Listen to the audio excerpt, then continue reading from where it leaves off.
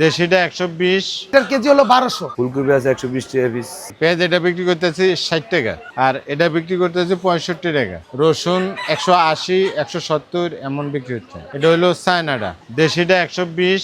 লাল আলু এটা বিক্রি করতেছে 35, ওইগুলো 30, সাদাগুলো 30, 35, ওই কেউ আছে 22 একদম। রসুন আর আদার দামটা বৃদ্ধি করে। রসুনের ক্ষেত্রে 20 হইতে 25 টাকা কেজি প্রতি।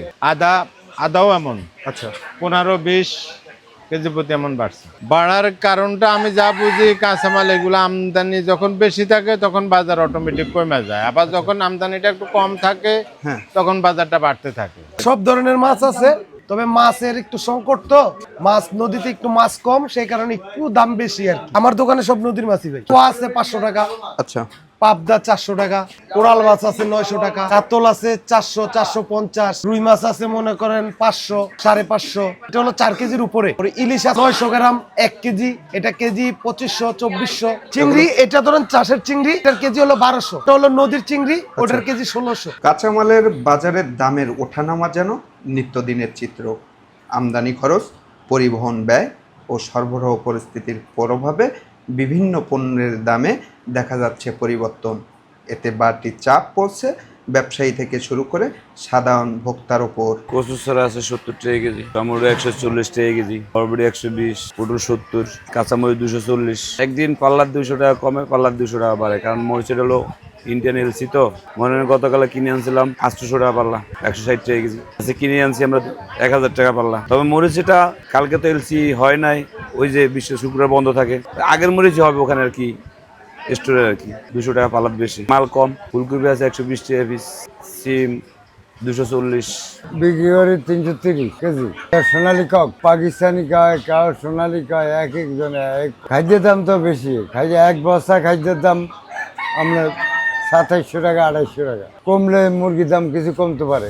আমরা আনি মনে করেন, আমার মাছ ভৈরবের থেকেও আসে, সিলেটের থেকেও আসে, মাওয়ার থেকেও আসে। গত সপ্তাহ থেকে ইলিশ মাছ একটু কমছে দাম। সপ্তাহে ইলিশের দাম আর একটু বেশি ছিল, তাই ইলিশের দাম একটু কমছে। আর একটু মাইর পড়বো, সামনের সপ্তাহে আরো কিছু কমবো ইলিশের দাম। অন্যান্য বছরের থেকে এই বছর মাছের দাম একটু বেশি দেখতেছি। সেন্টিগ্রেড আছে, যেমন ধরেন রূপচান্দা সেন্টিগ্রেড আছে। আচ্ছা, রূপচান্দা সাগরে পাওয়া যায়। এটা যখন বেশি মাইর পড়ে, এক ধরনের মোটা অঙ্কের টাকা দিয়া লোক আছে, ওনারা কোলেস্টোর করে ফেলায়। তখন যখন সিজন থাকে তখন কোলেস্টোর পরে, যখন এটার একটু টান পড়ে তখন ওনারা কোলেস্টোর থেকে ছাড়ে। ওনার একটা সেন্টিগ্রেড আছে। হয়তো চাষের মাছটা যদি চাষ বেশি করে, আমদানি বেশি হয়, ওই ক্ষেত্রে চাষের মাছটার দাম কমবে। আচ্ছা, কিন্তু নদীর মাছের দাম কমবো না ভাই, এটা যত দিন যাবে অত বাড়বো। সবগুলোর দামই বেশি ছিল, সবগুলোর দাম কম আছে। শুধু কেজি আলু ছাড়া আর পেঁপে ছাড়া সবগুলোর দামই কম। কেজিতে 10 টাকা 20 টাকা, 10 টাকা 20 টাকা কমছে। এলসি হয়তো সরকারের কিছু ওখান থেকে ব্যাট যদি যায়, এটা সে দাম কমাইতে পারবো, বাড়াইতে পারবো। সে যদি ব্যাট যা কম কাটে তাহলে কম হবে দাম। যেন এলসি ইনপুট যে করে, ওখানে যদি সরকারিভাবে আসে তার খরচটা একটু কম পড়ে। যদি চোরাভাবে আসে তো পুরো চালানটাও জায়গা। এটা হলো এলসি। আর সরকার যেটা মনে করেন বাইরে থেকে যেটা ইনপুট করে বাংলাদেশ সরকার, যেমন ডাল কন, চিনি কন, তেল কন, এটা সরকারিভাবে আসে, ওটা সরকার পারবে দাম কমাইতে পারবে। কাঁচামালে যেটা সরকারের কোনো এখানে এখতিয়ার কিছুই নেই এটার ভিতরে।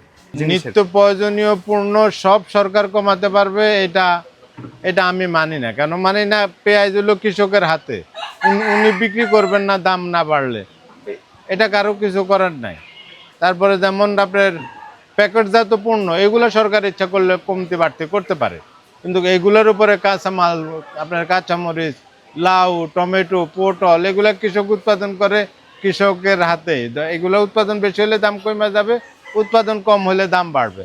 এটা নিয়ে কারো কিছু করার নাই, এটা উৎপাদনের উপরেই। যেমন সারের দামের কথা বলছেন, সারের দাম যতই বেশি হোক, যদি আজকে লাউর উৎপাদনটা বেশি হয়ে যায়, তাহলে এত লাউ তো উনি বিক্রি করতে হবে, তখন উনি লস দিয়ে হইলেও বিক্রি করবেন। ওই সারের দামের সাথে এইগুলার কোনো হিসাব মিলে না। কিছুটা ঠিক আছে, হয়তো সারের দাম বৃদ্ধি পাইলে কৃষকের কষ্ট হয়, যে ফসলটা পলায় দাম না পাইলে ওনাদের লস হয়।